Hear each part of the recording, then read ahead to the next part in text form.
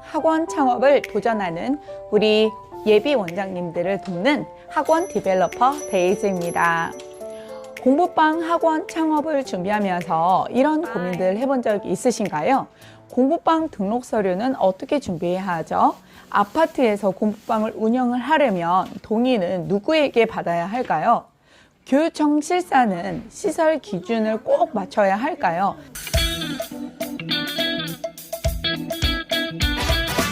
공부방은 어떻게 해야 하지? 학원은 공부방 등록 서류는 어떻게 준비를 해야 할까? 아파트에서 공부방을 운영을 하려면 동의를 받아야 한다는데 누구에게 받아야 하나? 교육청 실사는 꼭 받고 난 뒤에 수업을 해야 하나? 시설 기준을 꼭 맞춰야 할까? 소방법은 또 무엇일까?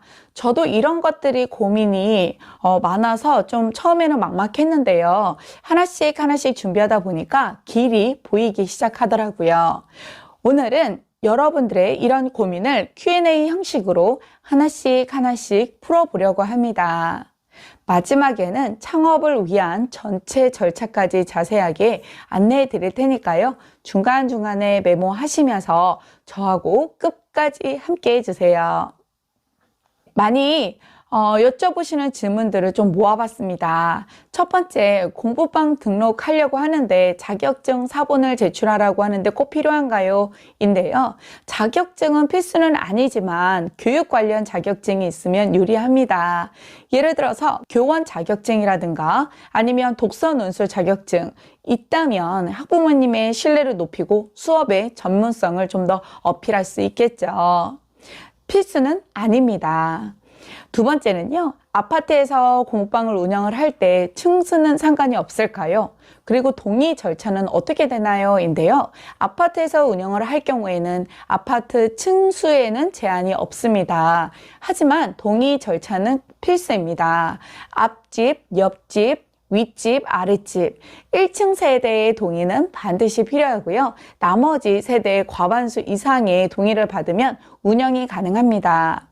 같은 동의 세대의 과반의 동의를 받아야 하는 경우가 많아요. 그래서 사전에 아파트 규정을 꼭 확인하시고 준비하시는 것을 추천합니다.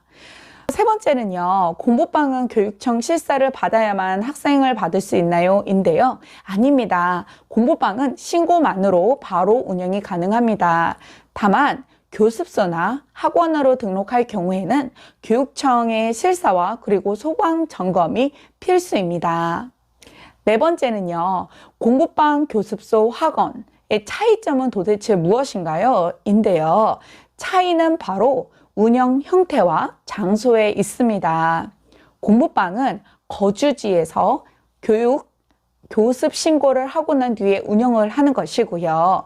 교습소는요, 상가를 임대해서 거주지가 아닌 상가를 임대해서 원장님 혼자 가르치는 교습하는 형태입니다. 학원은 상가를 임대해서 강사를 고용해서 규모가 좀 있는 경우가 학원이겠죠. 아파트나 빌라를 임대해서 공부방으로 운영하시는 경우도 있는데요. 이럴 경우에는 해당 주소로 전입신고가 되어 있어야만 합니다. 네, 이렇게 Q&A로 자주 묻는 질문에 대한 답을 드렸는데요.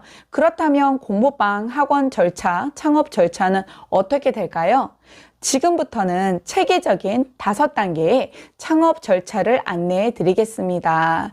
이 단계를 따라가면 창업 준비가 훨씬 더 수월해지실 수 있으실 거예요. 체계적인 공부방 학원 창업 5단계입니다.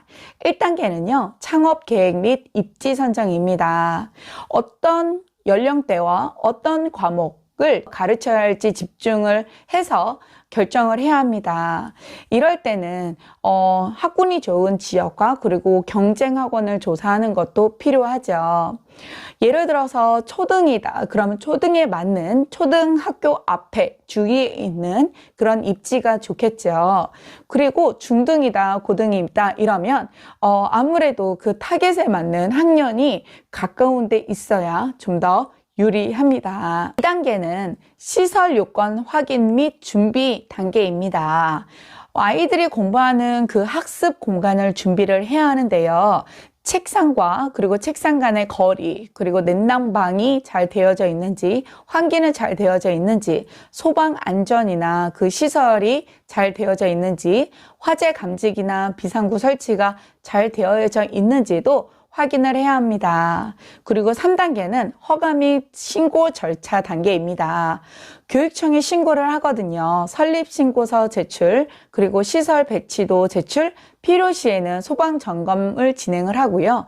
미리 준비를 하면 이런 시간을 좀 더 절약할 수 있죠. 특히 소방은요, 좀 까다로운데요. 스프링클러가 그 분사되는 그 구간이 다 되는지도 꼼꼼하게 확인을 합니다. 그래서 인테리어 전에 반드시 소방부터 확인을 하고 인테리어를 진행하는 것을 추천을 드립니다. 가벽을 세우면 스프링클러가 막히는 경우도 있거든요. 그러면 하나 더 스프링클러를 달아야 하는데 그때 돈이 좀 많이 듭니다. 4단계는요. 사업자 등록하기입니다. 세무서나 아니면 홈택스에서 사업자 등록을 진행을 하는데요. 업종 코드는 학원이나 아니면 교육 서비스업으로 진행을 하시면 됩니다. 그리고 5번째인데요. 홍보와 초기 운영하기 전략입니다. 학원이 처음 만들어졌으면 체험 수업이나 설명회를 통해서 우리 가르칠 학생들을 모집을 해야 하는데요. SNS나 아니면 지역 커뮤니티를 활용하는 것도 입소문을 극대화시킬 수 있는 좋은 홍보 방법입니다. 제가 처음에 공부방에서 학원, 그러니까 상가를 임대해서 제가 가르치는 교습소로 나올 때 저는 소방 점검에서 예상치 못한 추가 비용이 발생해서 제가 많이 당황했던 적이 있었습니다. 아파트에서는 방 하나이기 때문에 소방에 대한 생각을 못 했거든요. 그런데 교습소에서 인테리어를 했을 때 가벽을 세웠는데 그 가벽에서 스프링클러가 그 범위를 가리게 되어서 다시 스프링클러를 하나 더 만들어야 한다는 얘기였거든요. 그때 비용으로 몇백만 원 지출했던 경험이 있습니다. 그래서 꼭 교습소나 학원을 인테리어를 하실 때 먼저 소방법을 먼저 확인을 하시고 진행하시는 것을 추천드립니다. 그리고 건축물 용도가 이종 근린생활 시설과 맞지 않아서 건물주가 또 용도 변경을 해서 저희 학원에 허가가 지연되기도 했었습니다. 발로 이렇게 직접 뛰면서 준비하니까 그래도 모든 문제가 해결이 되더라고요. 제가 이러한 과정에서 배운 점은 차근차근 준비하고 물어보면 또 대답도 해주시고 많이 도움을 구하면 구할수록 많이 제가 도움을 받는다는 것을 알게 되었는데요. 미리미리 준비하고 누군가가 알려줬더라면 참 실패를 좀 더 줄이지 않았을까라는 아쉬움도 남았었습니다. 우리 구독자님들도 필요한 도움을 있으면 질문하고 준비해 나가면 충분히 차근차근 성공을 쌓아 나갈 수 있으실 겁니다. 체크리스트는 제가 창업 준비할 때 실질적인 도움이 됐었는데요. 체크리스트를 하나씩 체크를 해보면서 준비를 해보세요. 교육청 서류 준비도 많거든요.